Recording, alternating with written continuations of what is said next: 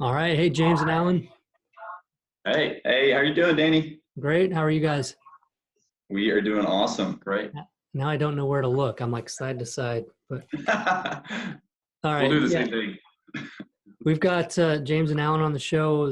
They've had a great partnership, and we're going to delve into that, dive deep into how that's worked out for them. And we're going to start with the story. So I don't know who wants to speak first, but if you guys want to share how you each or both got interested in real estate investing and how you got your start. Go ahead, dude. Yeah, I have a much newer start to real estate than Alan does. At this point last year, I don't even know if I knew what wholesaling was. It was around this time last year that I found out what wholesaling was. My interest in real estate started whenever I read Rich Dad Poor Dad, which sounds kind of cliche. I know a lot of people get their start in real estate investing from reading that book and getting. Never heard of it. Yeah, I know you've never heard that one, but so that piqued my interest. I really started to dive deep into researching real estate investing. But whenever I first read that book, I didn't have any money. I was broke as a joke, working as a personal trainer and online fitness professional, barely scraping by, just trying to get that launched, and really was kind of miserable and at a miserable point in life. And I came across this webinar that was talking about a form of real estate that you didn't have to use your own money, and you actually didn't have to take ownership of houses. And I was like, man, I got to find out what this is. So I watched the whole webinar, and midway through the webinar, I called my wife in, and I was like, Megan, you got to come see this. This dude's buying houses, but he doesn't actually own them, and he's not using any money. And she's like, is that even legal? It's illegal. Like, hey, don't get into one of those pyramid schemes or anything like that. She's like, James, we don't need anything like that. And I'm like, no, it's perfectly legal. I think I'm going to do it. Yeah. And so that got my wheels turning about wholesaling. And I just really was drawn towards wholesaling because I was looking at wholesaling. I was like, look, I don't have to use my own money, which I don't have any, so I can do that. And Perfect. Really, this sounds like a marketing and sales business. Like, really, it's just about marketing and sales from what I picked up on In the last 5 minutes of your webinar. Right. So I was all in on wholesaling because I didn't have a ton of real estate knowledge. I knew I could do marketing and sales. I always thrived in that kind of environment, and I didn't have any money to get started. So I scrounged up enough money to purchase a course and purchase a wholesaling course and just went for it. I'm a little bit of a ready, fire, aim type person. And at the beginning of the year, I started wholesaling properties on my own and found traction pretty quickly after that. Nice. So when was that you watched that webinar? That was probably at the end of last year. End of And then I started December 2017, and then I started wholesaling. I remember sitting down, it was February 1st that I started. I actually said, this is the day I'm going to start, and just started hustling, started putting out bandit signs, doing stuff like that. And that's how I got my start. And then it was 3 weeks after that I got my first property under contract. That's fast. Yeah. And then it was 2 weeks after that I had 2 other ones. Was putting out bandit signs easy for you? I mean, I found it pretty simple. It was just like, hey, just put up this sign. So I just went to Home Depot and bought a bunch of signs and spent probably 4 hours sniffing a Sharpie marker. That's why. That's why you weren't embarrassed or anything putting them out. You were just so hot. Yeah, my whole house literally. I bought the fattest Sharpie I could find, and our whole house stunk of Sharpie smell because I spent literally 4 hours writing out handwritten bandit signs and plastering our town with them. Yeah, nice, but that works, man. But yeah, it does work. Yeah, it's just taking action. It's amazing what happens whenever you actually take action and do it consistently. If you do the right things consistently, then the results are going to follow. It's just a matter of time. Right.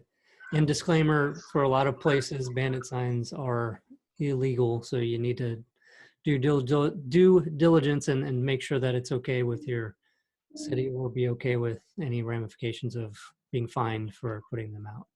Yeah, thank you for that disclaimer, Danny. I We learned that Because won't be Pockets. given. I never said anything before, but on Bigger Pockets, I was like, I better do it too, just in case. yeah, There will be no disclaimers coming from either one of us, I can assure you. yeah. Again, our disclaimer was disclaimer. We're ready, fire, aim type people. Right. We're just gonna take action, and Get professional. some people have to clean up after us. We hire people Along for that. the way. Yeah. All right, Alan, what about you? Let's find out how you got into it. So I have a little bit of a different background. So I have a background actually as a tennis pro, as a tennis professional. Really? At country clubs. Yeah. And my wife and I bought our first property back in the year after we got married. So back in 2004. And we've kind of dabbled in real estate since then. From about 2007 on, we kind of periodically would buy a new property, move into it, fix it up, and lease out the property that we moved from. It wasn't a plan. There was no plan. It was just working. And You just didn't so, like to sell houses. yeah, there's a little more of a backstory on that. I got stuck with one in the financial crisis that happened, and that's kind of what precipitated some of this luck, and some of it was luck, some of it was being blessed for sure, and like to think that we made a few good decisions along the way. But yeah, that's kind of where that started. And by 2011, 2012, 2013, we were in a position where we had a little bit of capital built up from rental properties, and things were rolling pretty strong. As we all know, I mean, the economy was pretty strong at that point, and I started flipping houses full time a few years ago. So like 2016, I think. And so old school flipping, like What's been that? What made you do that transition there where you were starting to do the flipping? it was time. I've been thinking about it for a while. I mean, we were making quite a bit more money. We were netting quite a bit more money residually from the rental properties than I was at my job. And then I have a gentleman who used to be my business partner who kind of gave me the kind of spurred me a little bit to do it. And he said, man, if you need backing, I'll back you. But you need to do this. So that was kind of what put it over the edge for sure. And started flipping houses, and like I said, just old school, one at a time. Made some money, and I sold off one or two of my rental properties as well to get capital. Properties that I'd owned for a decade. Not that that's a good idea. It's just what I did. There's probably a lot of things we've done that have maybe worked that I don't know if they were good ideas, but they worked. So we did it. What you need at the time, right? So it makes sense. Absolutely. So did that and got some capital, and flipped some houses, made pretty good amounts of money, but doing it totally probably the wrong way, whatever that means. Did a lot of things myself, and I was basically the negotiator. I would find the deals, I'd negotiate the deals, close the deals, fund the deals, find stuff with my own cash. I was the architect, I was the GC, I was the interior designer. I hired all the subs, I hired individuals, paid them hourly, things like that. So probably not a good idea. It ended up working out that I made a lot of money that way per house, but you can only do so much, right? So right. I came to a point at the end of 2017 where it was time to make some changes and had to make some decisions. And I decided in fact, I remember what it was. So of course, James and I hadn't met at this point, and I decided in December of 17, I thought, I need to get back to everything I've ever done. I've been pretty good at. I'd like to think so, at least. And it's because I found people that were really good at it, and I would copy them. And so I kind of tried to get back to my roots of, all the books that I've read, all the audios that I've listened to, and over so many years. And I remember going on and I Googled, I got on iTunes and I just searched. I thought I'll just search Robert Kiyosaki because I read I read Rich Dad Poor Dad back in like 1999, and I was like, I think freshman in college, and I just thought I'll just start looking for stuff and I got to find people that are better at things than I am. And I stumbled across a different podcast, which kind of led me to joining a mastermind group that I think is considered the top mastermind group in the country. And I didn't know anything. I mean, I didn't know what a mastermind group was. I didn't know what wholesaling was. I didn't know how to scale a flipping business, honestly. I mean, I knew there were guys on TV I had a feeling there were guys on TV, and I always thought, man, I bet they're doing like 5 or 10 of these at a time. I didn't know. I didn't know anything. I'd been out there just winging it and trying to make money. And so this was just last year that you joined that group, the mastermind? I did. I joined it in January of 2018. Yeah, this year. So I found out about it. I think it was, well, it may have been January that I found out about it. But yeah, so that started me down that road of, okay, there's people out there that do this, you know, that know what they're doing, and applied to get into that group. And I don't exactly to this day understand how they let me in that group. I think I remember even telling them, I don't know why you're offering me to be in this group. I've made quite a bit of money. I'm going to apply, but you don't want me. You did the reverse psychology thing on them, and then they're like, we have to. I wasn't doing reverse psychology. I was being honest. I said, I flipped houses and I make a bunch of money doing it, but I don't know what I'm doing. And they're like, no, we think you do know what you're doing. Yeah. And I said, well, I know some things to do and things not to do. So they said, no, we think you can bring value to the group. And so I joined that group in January. The first mastermind meeting was in Pensacola, Florida in February for me. And I went to that meeting, and I remember getting on the airplane, and I thought, you know, I've been listening to all these smart guys talk, and I still haven't even checked to see if my little area has a RIA, like a local real estate investors meeting. And I hadn't even checked. I mean, I was focused on finishing up flipping the last, you know, projects I was doing, and wanted to get my capital back out of there, and hopped on, saw that there were RIA meetings, and I thought, wow, it's crazy. I didn't even know we had RIA meetings. A couple months before, I didn't even know what a RIA meeting was. And so signed up, getting on the airplane to fly out to Florida to go to my high-powered mastermind event. I thought, well, I should at least join a RIA. I'm going to feel like an idiot. I didn't know what I was getting into with these mastermind guys and all this stuff. And so I did the meeting and got my mind blown by people talking about systems and processes and that was at the RIA. At the RIA they were talking about that. Oh, sorry. No, at the mastermind group. Okay. At the RIA. No, that was not the RIA. That'd be a really good RIA. So yeah, I went to this mastermind meeting and got my mind just rocked. And by, you know, and I'm sure, Danny, you know a lot of the same people that I'm talking about, you know, that are wholesaling 200 or 300 houses a year and flipping 100 plus houses a year, like actually rehabbing them. And anyway, I remember, I mean, we can mention the name too. It's like we skirt around. Should I mention the name of what it is? I don't know. But I have no idea. I can mention the name if you want, but yeah, no, it's a 7-figure. It's the only one I really talk about on the podcast. Competing masterminds aren't allowed, but this one, no. I'm sure there's been mentions of others in the past from other guests, but no, it's not a big deal. And I think people are always wondering, well, which one's he talking about? And, okay. Justin's a good friend, so I definitely don't mind talking about it. And we're in the group too, so, you know. Right. Yeah, sure. There you go. We're not supposed to talk about it's the first rule and the second rule, so I don't know. We're going to get in trouble. Okay. We won't say that, but that is the name of the group. But yeah, I got my mind blown, as you could imagine, somebody that had not much background in that part of real estate. So came back from that meeting and I thought, well, I signed up for this local RIA. I really should go to it. And I went. There were about 10 people, none of whom to this day, I don't know that any of them, I don't know how many deals they've done. They've probably done some deals. And they're nice people, but there were about 10 people there, and James was one of them. And we got to talking after the meeting. I had heard somebody mention that he was wholesaling. And I, of course, since found out that he literally had just started, which I know he just said that with his story. And we exchanged information, and I gave him my real cell phone number. I could tell that he gave me a fake internet cell phone number. And I thought, well, I'm glad he trusts me. And yeah, about a week later, we had coffee and kind of started talking. And I want to say it was maybe a couple weeks after that, we said, look, let's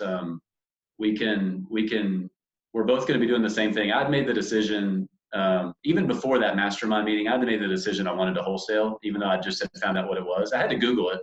I Googled, real estate wholesale. Isn't that amazing? Because Melissa has been bringing that up too. She said, I've noticed in the 7-figure group, there's people that don't fully still understand what wholesaling is. It's amazing to me, but yep. It's something that's so prevalent in the group, right? So many people do it because it's the right market for it. There's a lot of buyers. You can move properties quickly for a lot of money. And Yeah, right. a lot of times close to what you might make rehabbing and selling it yourself. And, so yeah, it just kind of blows my mind. And then you guys are saying you also didn't, have a good grasp on what that was at first. It's amazing. Literally, I've been involved in real estate, in some capacity for 14 years and had no idea. Now, for me, of course, once I Googled it and saw pretty quickly what it was, immediately it clicked. I'm like, yeah, I got it. I get it. I didn't need to go much further than that. I pretty much got it. And I'd done one or two kind of similar things on my own, just kind of winging it and putting things together. I wonder if it's like a market thing too. If certain markets you just don't have, like San Antonio's been super competitive for a really long time, like a lot of other markets. And we've had the growth of the wholesaling companies coming here from Florida and different places. And, they have all these agents and all these people involved in the company of doing this big wholesaling. And so maybe that's why we kind of had a better idea of it here, maybe a little bit earlier than some other places. But I do. I think it's market specific. Certainly, you're talking San Antonio, Austin, Dallas. It's almost cliche, right? I mean, everybody knows. But I think in any, one thing I'm thinking is if there's a town, if there's flipping, if there's rehabbing going on, there's probably wholesaling, right? It's like, I don't know if you call it like the food chain, but it goes on. It's just for people like me, I had my head down. I mean, I always tell people as a flipper, especially we're in like a small, we're not in a medium-sized market. We're in what I would call a small market, maybe the greater area, maybe 300,000 people population. In my little niche that I was flipping houses in, it was really, for me, I don't know if this was the right way or the wrong way to do it, but it's actually more advantageous for people to really not know who I was and how well I was doing. And when you're in a small, somewhat isolated market, it's not like I wanted it to be big news, who I was and what I was doing. It was, I can flip a house or two at a time, flip a few houses a year, make plenty of money, keep my head down, keep my nose clean, and keep working and do just fine. So it may have been more so me, because we've since, James and I meet people here and they know what wholesaling is. I think it was more so just me that didn't know what it was. Yeah, and I think there's that thing of the term of it, right? Like you said, people do it, but don't really know that that's kind of the term. Because even our mentor in the business in the early days would say, I was wholesaling before there was even a name for wholesaling. And there you go. That's right. So it wasn't that well known, I guess, name of wholesaling, or that's what you were doing. You were just flipping contracts or flipping houses without working on them. They didn't feel the need maybe then to do that. But so how did you guys decide to work together? What was it that you guys, what was that conversation like? Yeah, so we met up for coffee, and really Alan we were both kind of just filling each other out and trying to find out what we were all about, what our vision was. Alan specifically asked me during that conversation, what's your vision? And I'm a natural.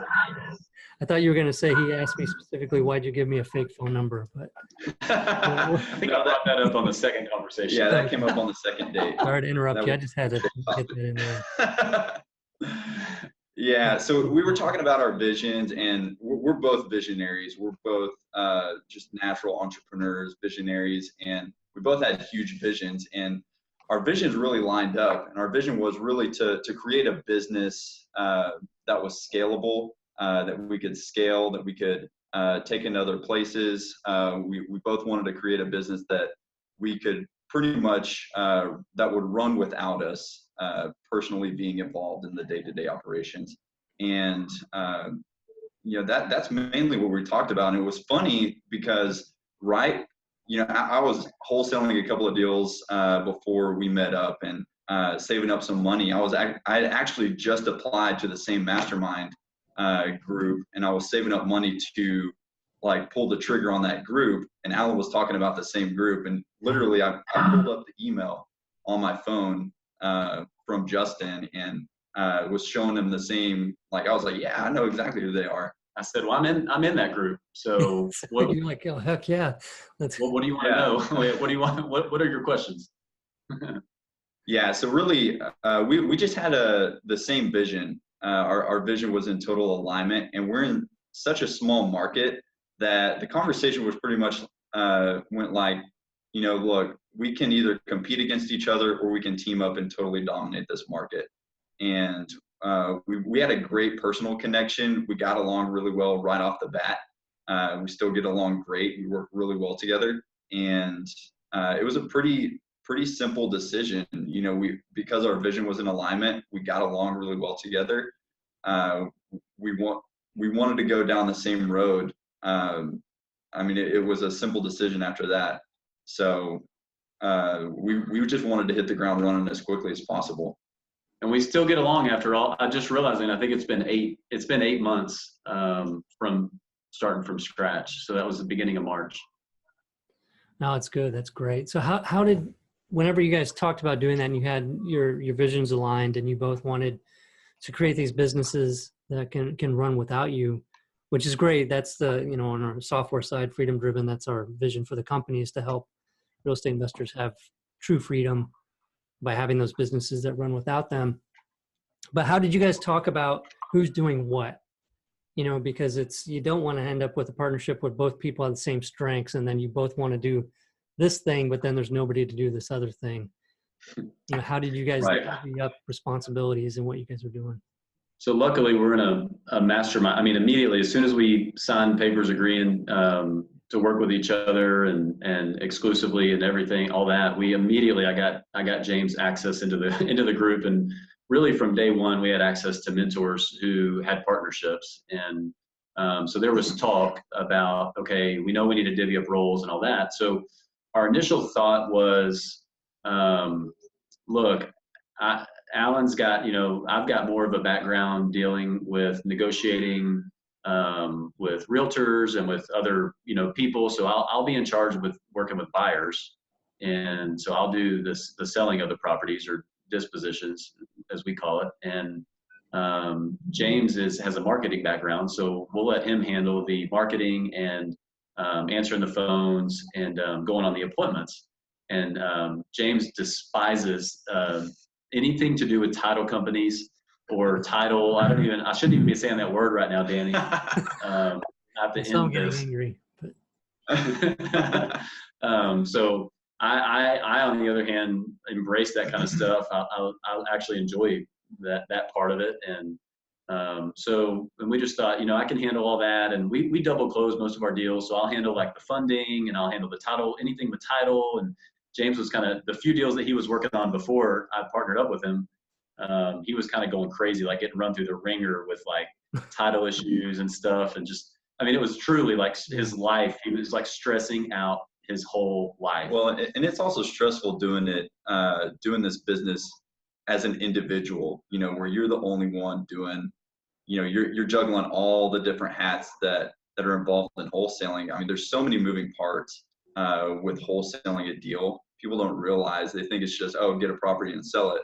No, there's a lot more moving parts with that, especially if you have a property that comes along that has title issues. Then there's a lot of things that you have to deal with. And I just happened to have some really fun first deals that actually ended up closing, but they were very, I learned a lot. I had a big learning curve on those first couple of deals. Yeah, he didn't have a background in real estate. So, he's just hey, I'm doing what my course told me to do that I bought. And You know, you got to learn what all the words, you know how it is, Dan. I mean, what all these words mean, and like, did what you do guys they have different closers? So now No. when you started working together, you had, you know, you Oh, when see you what guys you're were saying. separate, when you guys were each on your own, did you have a different title company you were using?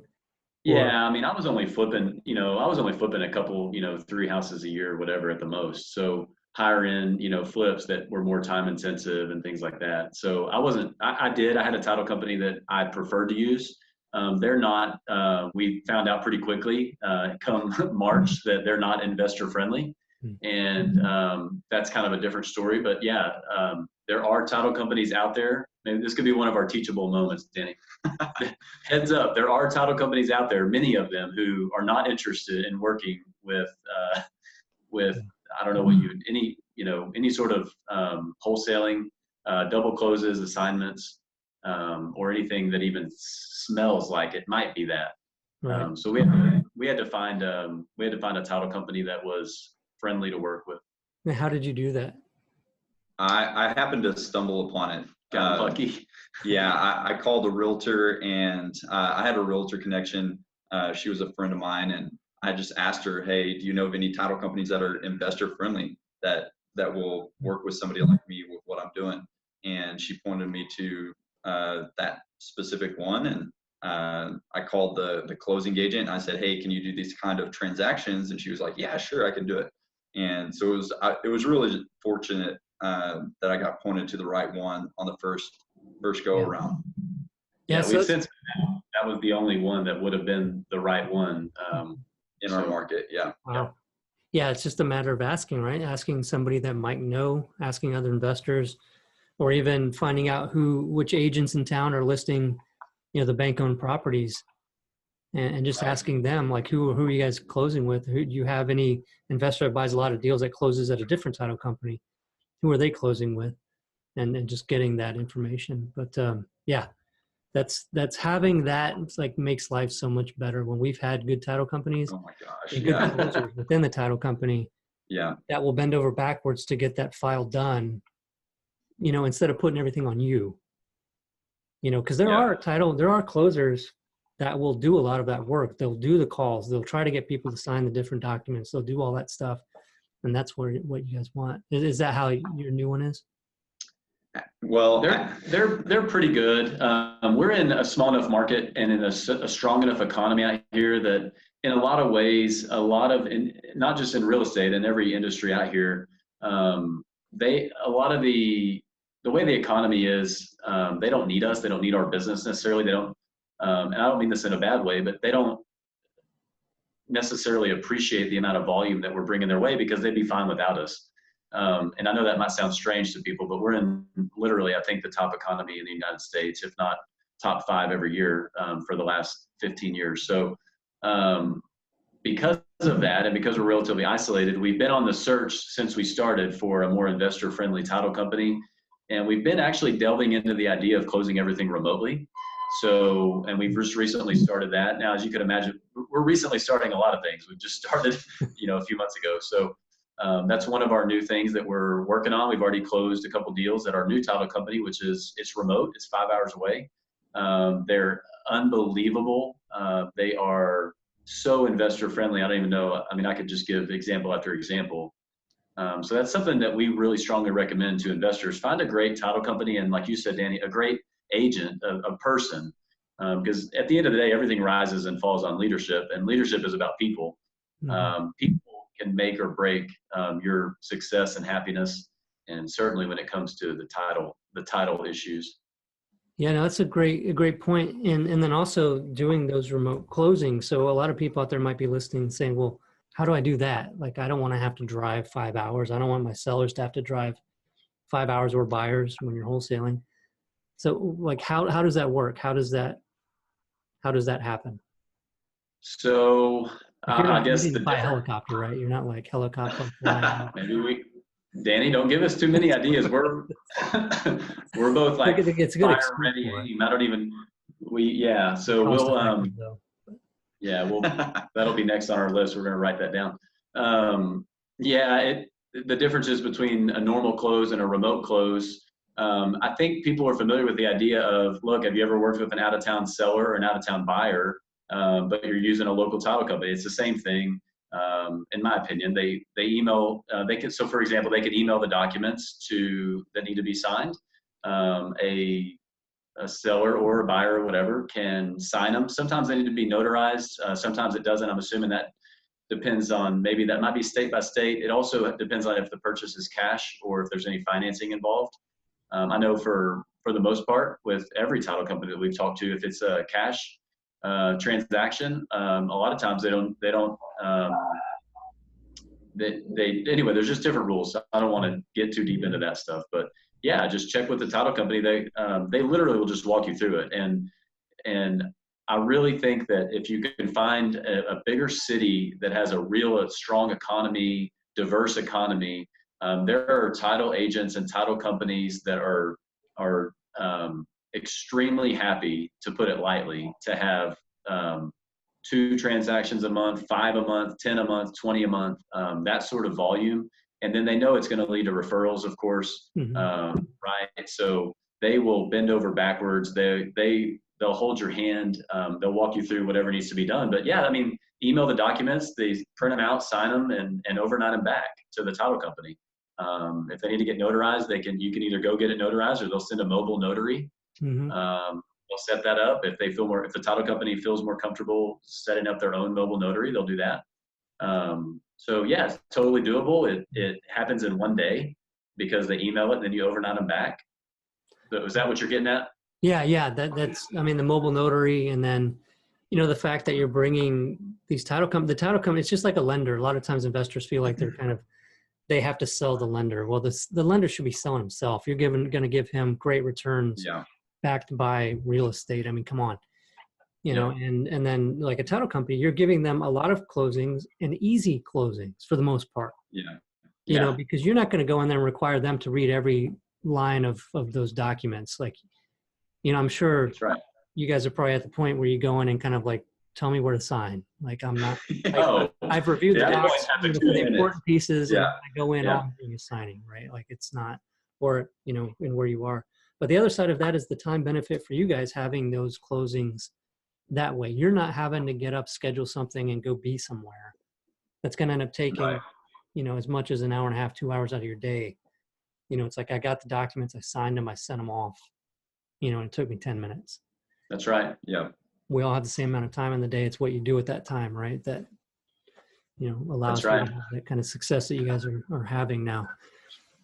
So, all right. So you guys, you've got a good title company, and you guys are saving time with these kinds of closings. And, what kind of challenges have you guys come up against this year in this growth, in partnering together and then growing this company? Wow. Challenges where do we start? Name a challenge, Danny, and see if you can find one that we haven't come up against. What challenges have you not had? I don't think any. I don't know. We've come across a lot of challenges. One of the biggest ones, because we wanted to start off, we began with the end in mind. So pretty quickly we began hiring other people, and anybody who's actually gone through the process of hiring other people and delegating tasks to them, you start to experience all kinds of challenges. And because, we as entrepreneurs, we're go-getters, we take action, we take responsibility, and we learn every aspect of the business and learn how to do it really well. Now you're bringing in somebody else, and you're trying to teach them, trying to impart that knowledge to them of what to do. And then you start to realize, oh, I didn't tell them this. I didn't tell them that was actually important, or they do something that you didn't tell them to do or didn't instruct them. So that's been one of the biggest challenges thus far. We started, it was just the both of us in March, and now we have almost 11 people. 10, 11. Wow. On our team. And so we've had a lot of challenges growing out our team and making sure that they're all doing the right things, doing the things that we need them to do in order for the business to keep going forward, to keep closing deals. So we've actually, it's really cool that we've actually come to the point now that we're closing on properties that we've never seen. We never talked to the seller. We never talked to the buyer. So or the title company. And how scary was that? Money sitting. How scary was that when you got to the point where? Yeah, not scary for me. I don't know about for James. We absolutely love it. Like we're almost too similar in too many ways, but no, we're totally fine with it, Danny. I'm happy to buy something, sell something, and close on something that I didn't have to do. So no nightmares where you wake up or have that nightmare where you're like, it's sort of like the first day of school nightmare where you're just in your underwear in class or something, like you forgot to get dressed. It's the same sort of feeling, but it's like this house that you realize that you guys like bought and never did anything with. I don't know. I used to have those nightmares from time to time. It's getting too personal, Dan. Yeah. And then I'd go to the house and I was in my underwear. But anyway, so that's huge to, team of that size and that amount of time. What did you guys start with? Who did you bring on? What were the responsibilities? And who helped you the most that you brought on? Oh my goodness. Wow. You gotta let us give a shout out to the people on our team. They're excited. Maybe they're as surprised as we are that we're on a podcast, but so we better give a shout out. But we can go through it. We don't want to belabor it, but yeah, we can. Our first hire was we call it lead intake, but somebody to help us answer the phones, because we thought, okay, we're going to crank up marketing. We kind of know, or at least we think we know what we're doing and what to do. So we better get somebody to help us with that. And I actually want to say that was on Memorial Day. I think it was right at the beginning of summer. So maybe end of May or June 1st, maybe it was his start date. So Walter, shout out to Walter. He is unbelievable. So he was there not at the beginning, but closer than anybody else. And then we brought on our first acquisitions person to help us actually go look at the houses and buy the properties. That was at the end of July. Yeah. And then Scott. So Scott, shout out to you, brother. You're the man. And that made a huge impact as well. Having the right people in the right seats in those positions has been a challenge. It's a challenge finding the right people, but our numbers actually went up whenever we brought him on. Nice. Our margins. Margins went up. Yeah.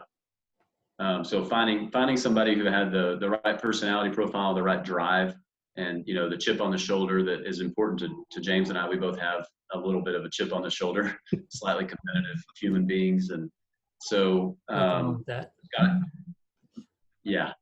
So that was at the end of July, and then we were kind of trying to get this market running, and we had some other ideas of things we wanted to do. We wanted to expand into some other markets. We never viewed this small area as the end goal. So we started kind of the process pretty quickly of, okay, what markets are we going to go into? And for us, we actually reached out into our warm network, which is, we're not saying this is the right way to do it. I was given a disclaimer. We were speaking at our mastermind group and last month, and I said, look, I'm just telling you all what we did. I'm not saying it's the right way or the wrong way.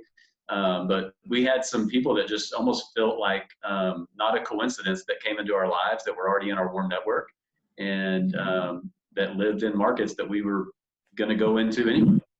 And we thought, well, look, we'll partner up with you and we'll give you percentages of the profit, and we can handle marketing, we can handle the phone calls. So let's give it a shot. And again, this has all happened since summertime, so just a few months ago. Seems to be working pretty well for us, but how many different, just one extra market, or was that more than one? It started out with one. Started off with just one. Now two, so we're in 3 markets total now. Okay. And so so we've got an acquisitions and a dispositions person in another market. So Jimmy and Chris, you guys are crushing it. They've literally slammed, I don't even know, like, It was like 6 properties last week. 6 or 7 in 1 week, properties under contract. And they're working their tails off to, we just have so much respect for Jimmy and Chris and what they're doing. about 5 hours away from us, but we've very close relationship with them. Talk every day, anything they need. I think they're actually been blowing up my phone here as we speak. But anyway, they're crushing it. They're doing great. So anyway, we brought them on so they're full time with us. Everybody that works with us is full time. So then we kind of started realizing that we're growing so quickly. We knew we were going to be moving into our third market because Scott, our absolute rock star acquisitions guy here, had already been planning on moving to, he and his wife and his family were going to move. And we said, man, we'll build a market around you because he's good and he's very good. And so we started the planning process of that. So we moved into our third market last month and already have properties under contract there as well with Scott. So we were growing so quickly that we thought we need to surround ourselves with more people. So, and James and I are both, I don't know if you guys are big time into the personality profiles and stuff, but I'm a high D. I was going to ask about what you guys were. Yeah. I'm a DI, pretty high DI. The jury's still out on James. Tell them what you think, what you think you are, James, and then I'll tell you the truth. I vary between an ID or an IS. Like, he is not it's an situational. ID. It's situational. So you've taken it several times and it's just always different, or what? Yeah. It really depends on the situation. When it comes to the company and results, I'm a former college athlete. I ran track at Texas A&M. When it comes to results and like the team, I'm going to win. And if somebody gets in my way, they're going to be moved out of my way. Like, it's just, we're going to get the results that we want. So that's where like the D comes out, is like, if the results aren't coming, like I go nuts. Like I'm one of the most competitive people that I know. I'm extremely impatient when it comes to results. So it's situational, I would say. Yeah, that makes sense. As you know, I think people can relate to this. You get into like business owner mode, and you know you're leading people and you're affecting other people's lives in such an important way. And so you got the kind of the competitive part of it, but then you got also the responsibility and the leadership part of it. And but really most of it is, when things aren't going as we expect them to go, James's D goes from like 40 to like 80. Yeah. On the scale. You hold it in reserves until you need it, and then you're like, you hit the nitrous when you need it. Exactly. So we just thought, okay, we need to surround. So we're both, I'm a DI, he's an IS, I think, and except for lately when we got a lot going on. And so we knew from early on, we're big into all that stuff. We love personal development, professional development for years, reading books, listening to audios. And what are y'all's favorites for that? For which area? Personal development. One of my favorites is Tony Robbins. Anything that Tony Robbins puts out, I eat up. I think he hits the nail on the head on most of the topics that he teaches on. Yeah, all of them. He's been a huge influence on both of our lives. He's the best for a reason. Yeah. So he's one of my top as far as like personal development goes. I come from the old school, so how to win friends and influence people to, we already talked about Robert Kiyosaki, which is not necessarily personal development, although it is. I mean, he's teaching a mindset. Yeah. It's all about mindset, to all the way to, of course, like the cliche books, right? Like 7 Habits of Highly Effective People is huge. There's just so many, like, golly, there's so many books that I feel like put me on a course that changed my life, 15, 17 years ago. I can't say enough about find good books. And for people out there too, and I don't know if this is a good thing to say or not, Danny, but just Google it. Google it, what's the best? And it's amazing how you'll get attracted to, I feel like you'll end up where you should end up, and you'll end up reading and listening to what you probably should.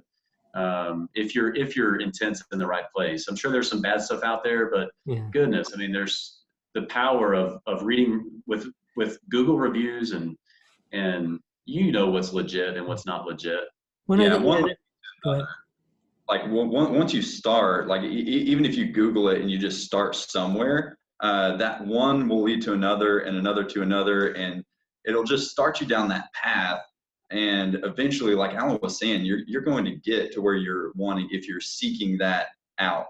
If you seek out good coaching and good advice, you're going to find the right people. It's like the saying, whenever the student is ready, a teacher appears. That's true. I mean, whenever you are hungry enough, whenever you are thirsty enough for success, and whenever you're ready for that, whenever you're ready to take action on it, the teacher is going to appear. Yeah.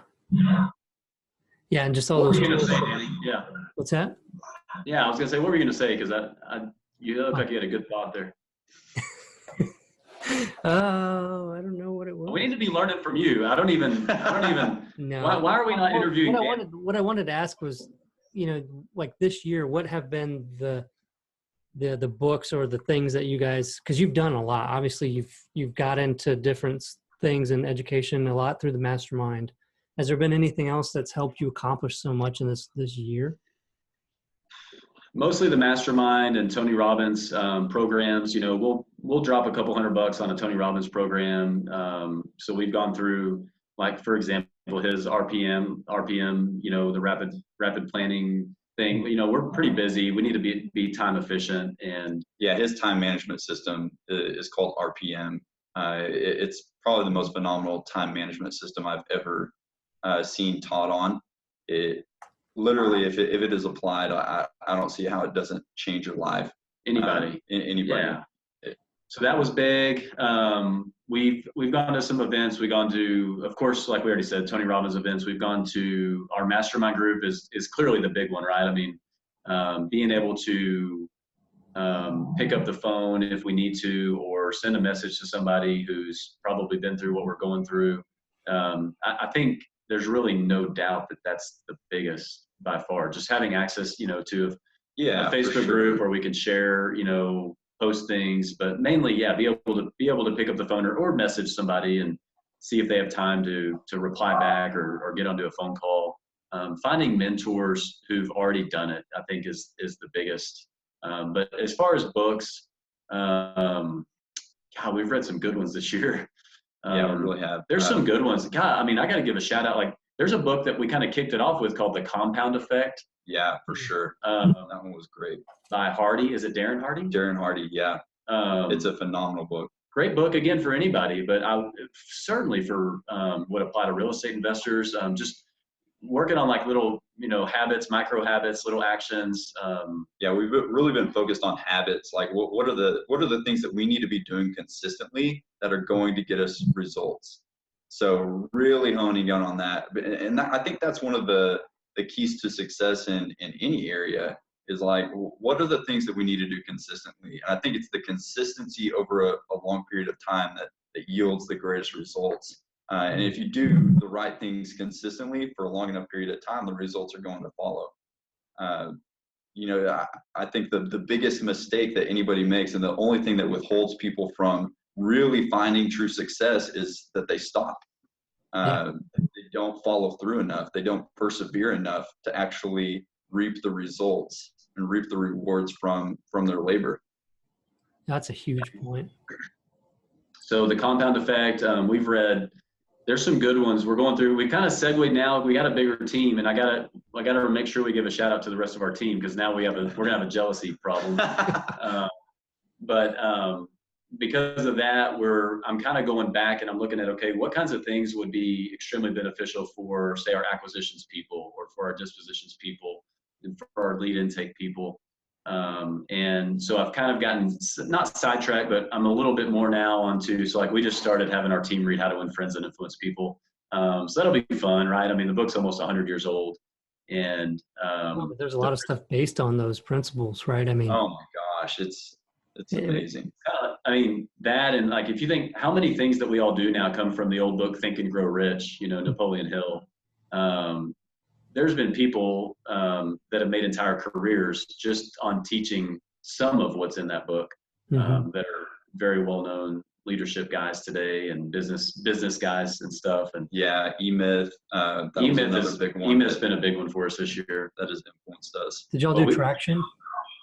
Yeah. Yeah. So we just actually went through that one. We did traction, and Danny, if you just, hang out with us a little longer, you're going to realize, reading traction is almost, I was going to say like a slap in the face, but it's almost like, the guy was like punching us. Like it was like left hook, uppercut. And we knew it though. We knew it going into it. It obviously came highly recommended. We knew what it was all about. And it's like, James and I, this is what's cool about us too. We'll just joke about it. Like, we really should have like an org chart. And it starts out like, what's an org chart? Is org short for something, or is that a word that we haven't heard?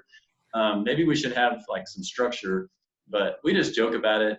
And of course, until it gets painful, because things don't go the way that they should. And so, yeah, we are, so real-time update. Yeah, we're actively, so Traction's a great book. I think it's built on an EOS model. There's a million, right, EOS books out there, none of which we've ever gone through because of our personality types, probably. So, yeah, but you get taking action. You're not just like piling up on knowledge. You guys are using you know where you are, you know where you need to go. You found people that have done it. And then you're picking up on the stuff that you need to get you to the next step, not all the way to the end, but the next step. Right. You're not stopping, like you said, James. Like, I think that seems to be the recipe. You guys have consistent, you got together and you didn't just both try to do the same thing that was fun. You kind of found out what each other was good at and gave you each energy, and you guys put it to use to further both of yourselves, and it's awesome. It's very inspiring what you guys have done. It's crazy in just this 1 year to go into 3 markets and build this team. And I'm sure there's, like you said, there's like, what mistakes have you not made? But you weren't afraid of that, and they didn't let you, they just became challenges to overcome, right? And you didn't look at them like, oh, why do I have to deal with this? Maybe you did, but probably because you had to take care of it and move on to the next thing. But yeah, it hasn't been a year, Danny. It's only been 8 months. We have big goals for our year anniversary that as soon as we're done here, we're going to be grinding away. We've got goals on gross volume. We've got goals for how many deals we want to close. Most importantly, we have what we've learned in addition to of course, money's great, right? The whole reason James alluded to this, the whole reason we partnered up in the beginning, it wasn't just the money. We thought if we could build a model, like if we could build a scalable business, I've worked hard enough. We've all worked hard, right? Like we've all had jobs. We work 40 hours a week, 60, 80 hours a week and more, and made a lot of money, right? I'm sure we've all had times in our lives where we've made a lot of money, not made a lot of money.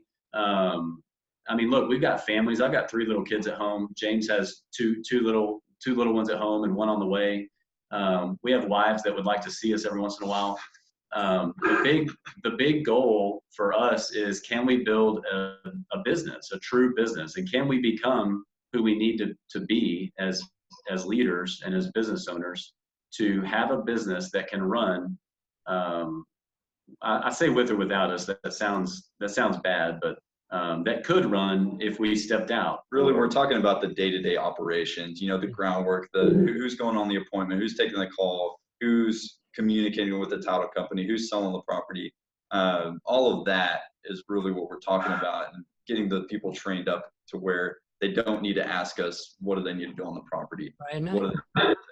Yeah, and I think, what you kind of hesitated a little bit there, Alan, with the run without us. And I understand the thinking through that part, why the little bit of stutter probably because when we were defining that vision for Freedom Driven, it was, allow, to help real estate investors achieve true freedom by having businesses that run without them. I had to ask, is that possible? Like, is it really possible to have businesses that run without you? Should we reword that? And it was like, no, I think it captures it. It doesn't necessarily mean that it's going to, like, you're not needed ever anymore. Right. You can go away and the business can still improve itself without you there for that time being. It still needs you, but you've set it up in a way where you're not required to be there to take care of, put out fires all the time. Yeah, you're really sitting in a different seat. One of our current mentors really just talks about us moving into a visionary seat, and that's what we want to move into. And, you know, we won't be sitting where it runs without us is that the operational side of it, like we're not sitting in any of the operational seats. We're sitting in the seats of visionaries. Nice. Yeah. A visionary just has a different role. The job description is different. It's just a different type of position. So it's still on the team, but not involved in the day-to-day operations. And for us, you know, James and I are, as James mentioned, we're both visionaries anyway. So we can say or think or do whatever we want. At the end of the day, we're still visionaries. And so it might, you know, for us, it might be a good idea to make that a reality. Yeah. So that was important for us to, again, from the beginning. So to, you know, when you talk about goals, the goal is to, you know, we have goals in place for how streamlined can we be? How good can our standard operating procedures be? Can we still have fun while people are following and doing what they're supposed to be doing? So we spend, and I've said this from the beginning, even when it was, you know, just James and I doing deals, we spent about 75 to 80% of our time working on our business, and only really about 20% of our time working in the business. And that's been important to us. You know, I said from day one, when I met James, coming from the background that I had come from, I said, look, I've worked 60 hours a week. I've worked 80 hours a week. I've flipped houses, you know, and done other things. And I think we all have, right? Like I've worked jobs and renovated houses and, you know, and had rental properties and all that stuff. What's important to me is to be a business owner and to build a business. And we kind of saw eye to eye on that from the beginning. So no, we have no problem hiring people. We have no problem building systems. We have no problem hiring people to help us build systems. We do all of that continually. So Danny, I got to give a shout out to our other team members. Do it. Do it. So when Scott, our acquisitions guy, left this market, we hired another acquisitions guy who's absolutely tearing it up, Jacob. So shout out Jacob. And then we needed a dispositions person here in this market as well. That's something that we kind of had different people fill in that role for a lot of months. And we finally got recently a full-time dispositions person. His name is James also. So we call him JT. JT, shout out. He's pretty new, but he's experienced in this industry, as is Jacob as well. So we got they're kind of running buddies here in our primary market. We hired a manager. One of the things we learned from, not from our mastermind group, I hadn't heard this really done in our mastermind group, or anywhere. I'm sure it has been, but for us, James and I feel like we're more entrepreneurs and we're not great at the managerial aspect of really anything, I hear you. as you can imagine. So we literally we thought, okay, it's like the E-Myth, right? So entrepreneur, manager, artist, or technician. And we thought, well, we know we're not technicians, and we knew right off the bat, you know, you do some little simple tests, and you're like, okay, and we're like, oh, great, we're both entrepreneurs. So we knew we needed a manager. We had some really good skilled artists or technicians, and we hired a manager. We found a way to make it work financially. We give him a percentage of the profit, and he's helping us do the day-to-day. Our vision on that is to hopefully again, probably doing things that really we should be doing. It's just they weren't happening. Yeah. So tracking data and, you know, again, just doing the day-to-day with the acquisitions and dispositions people. So Steve, shout out to Steve. Our manager has a long time history in management. So would you consider that like a chief operating officer, or do you feel like it's different? The manager is more of, I don't know. I mean, we're still trying to figure that out, Danny. That's a great question. We just hire people, Danny. We just wing it. It's working. Yeah, we really are figuring out. No, yeah, I mean, this is really new. We're figuring out the job description, and so I'm only partly joking there. It's one of the things we're in the process of doing.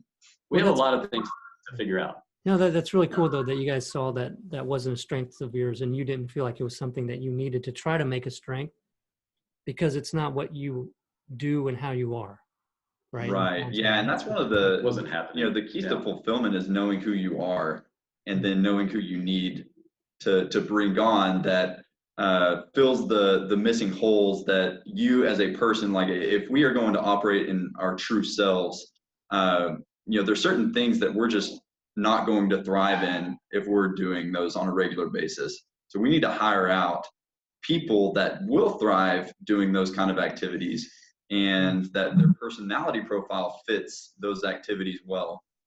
So that really led us to our other two ladies that we haven't mentioned yet, which is give them shout outs. Our personal assistant. We call her our executive assistant, Mary, who literally keeps our lives on track. Danny, she's checking on us right now. I've seen her trying to figure out. She's like, wait a second. Yeah, literally, she helps to run our lives and keep our lives on track. And with both of us being high I personalities, that doesn't bode well for organization and maintaining schedules and keeping on pace with certain things. So she has made a drastic impact in our life. I mean, it's just been a significant impact since we hired her.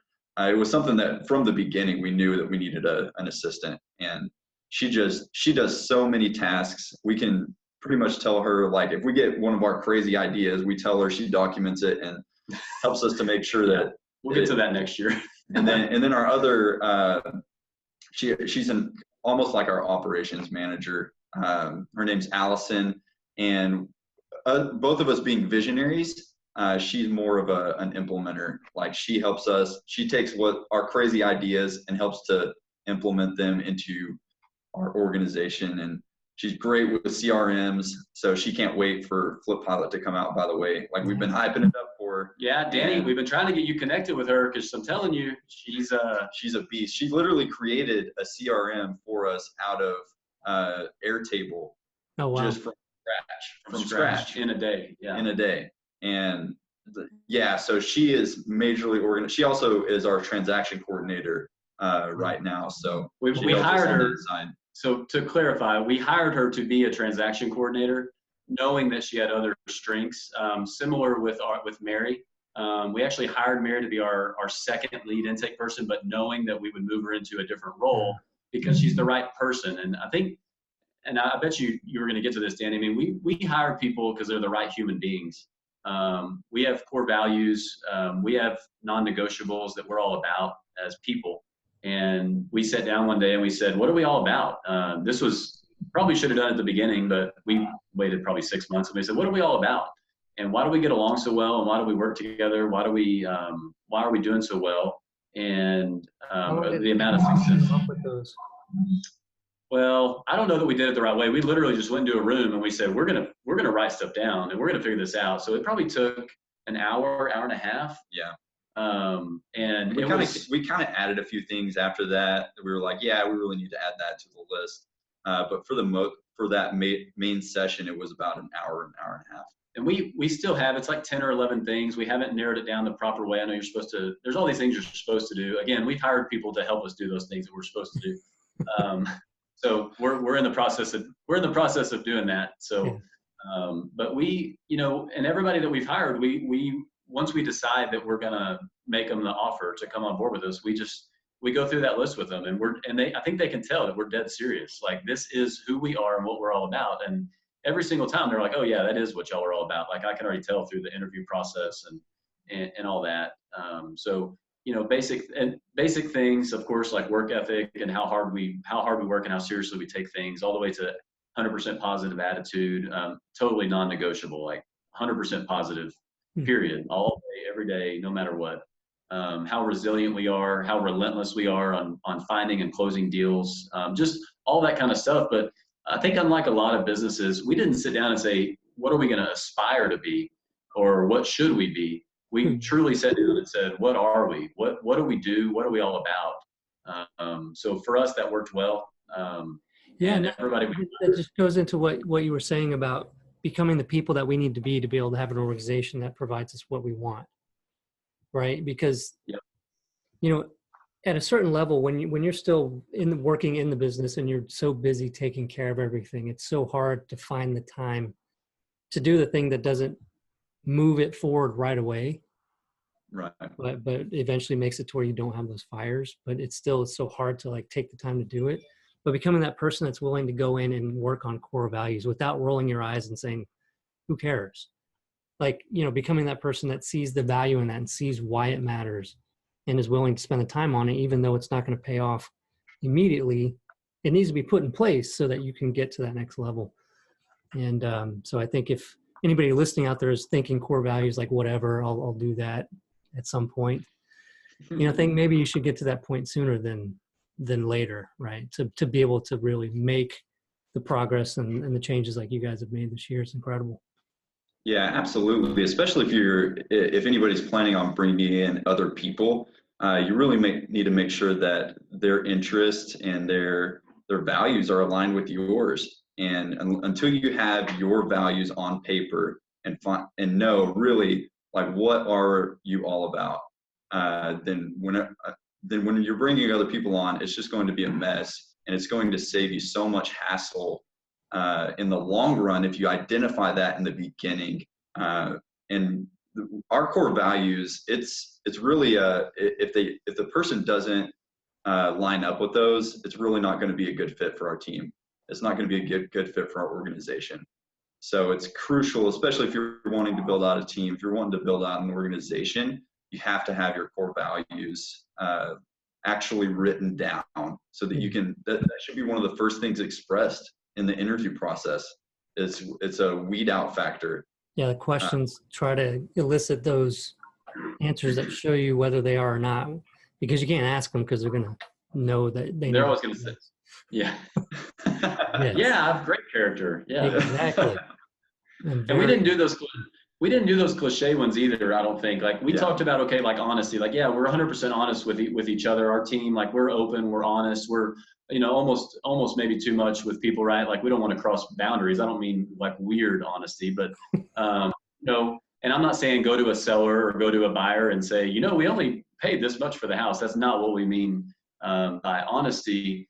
We mean like, can we communicate with each other? Like, are we real? And we're, James and I are real people, and we'll just talk about stuff. A lot of people won't talk about personal finances. We will. A lot of people won't talk about religion or faith or, whatever. And we don't do it all the time. I mean, again, it's not like that comes up all the time, but if it did, we're not shying away from that. We'll talk about, your job and your struggles that you had with a call that you took or with an appointment that you went on. And we can be honest about that. It's okay. You don't have to have your guard up. But anyway, my point was, other than honesty, it's not like there are a bunch of cliche things. Like I said, like, oh, we should make sure everybody has high character. Like you said, Danny, of course. I mean, how are you going to find out in an interview process if somebody has a track record of high character and integrity? So it was important to identify all those things for us because it's what we were already doing. And then, we can communicate it to them. And that way, if there's ever a problem, it's like, hey, we've been very clear from day one about this. Nobody's been hiding anything. This is what we're all about. You will be relentless on this deal. Like you will push this to the finish line, or whatever the example is. Yeah, and when you can point out that the expectations aren't being met, it's like, well, the expectations are that you are going to be relentless, and there's a discrepancy here. You're not really living up to that. So why is it, right? We had to narrow ours down to 3 so I could remember them. So we just had to narrow them again. We narrowed them down to 3 so I could remember them. Otherwise, what are they? What are they? You got to tell us. Oh, I don't remember. Exactly. Danny, I wanted to mention as well, we talked about, like in the beginning, we thought, okay, James will do lead intake and acquisitions, and I'll handle dispositions and all that stuff. And one of the things about James and I, like, that wasn't working. So we pivoted. It took us, I don't know, about a month, maybe less. And we're like, okay, that's not working. Things I was doing with dispositions, like trying to sell these properties, was driving James crazy. And things on the lead intake side were driving me crazy. And it was just literally one day, we just like, all right, let's flip it. And we just flipped. And we just changed. And I think that's an interesting, and it was better for sure. And of course, after that, we had started scaling and hiring people. And but even to this day, I'm in charge of, well, not so much now because we've built out the team a little bit more. managerially, but I'd be in charge of training and the lead intake people and training the acquisitions people. And I realized, I had more of a knack for that kind of, and I'm a DI personality. So for sales and for acquisitions, it's, anyway, the point is we pivoted. James and I are willing to pivot. We'll change, I think, as faster than anybody, maybe to a fault. But we don't view it that way. We view it as a great thing. We will adjust. We're not inundated with, 25 years of, experience doing this. I mean, we just don't have that to lean on. And if something's not working or we don't like it, it changes quickly. I view it as a good thing. I think it's been really good. Maybe people would disagree. Yeah, sure. Change is like my favorite word. So it kind of comes a little bit natural. I'm very big on variety. And so it just was easy for us to change. We value results and success so much that we're not going to stay stuck in our ways if it's not getting the results that we want. Yeah. So you're looking at where you need to be, what you're doing. And if the results aren't coming, something's got to give, something's got to change. No, this has been great. And there's so many things, I think, going back and if you listen to this, going back and listening, because I think there's some veins of gold in this, as far as what really makes a difference in people's business to be able to do it. That it takes I think most people, it takes years and years to discover the things that you guys have shared in this podcast episode. So thank you for being on the show. And I do remember the 3, it's own it, give a damn, and no BS. I love that. Wow. Thumbs up everything. Cause my wife, Melissa, is the best about this stuff, because I was real quick about the list of stuff. And she's like, no, we got to narrow these down and all this kind of stuff. And those became the 3 that I use it almost on a daily basis. I say, you're not owning it, or that's BS. Like, come on, stop BSing us, stop BSing yourself. It just fits a lot of stuff. So and plus they're cool, right? They're not. I think those are the coolest core values I've ever heard. That's cool. Not surprised, Danny. I'm not surprised. That's why I asked. I thought it's got to be smooth and it's got to be cool. Yeah. And we got to give a shout out to you, Danny. Look, I don't have a background, like I mentioned. I haven't listened to a million podcasts because I just haven't been around that long. Like I said, I didn't even know what a mastermind group was or a RIA was a year ago. But I have heard through the grapevine from the most credible people in the United States that they actually learned from you.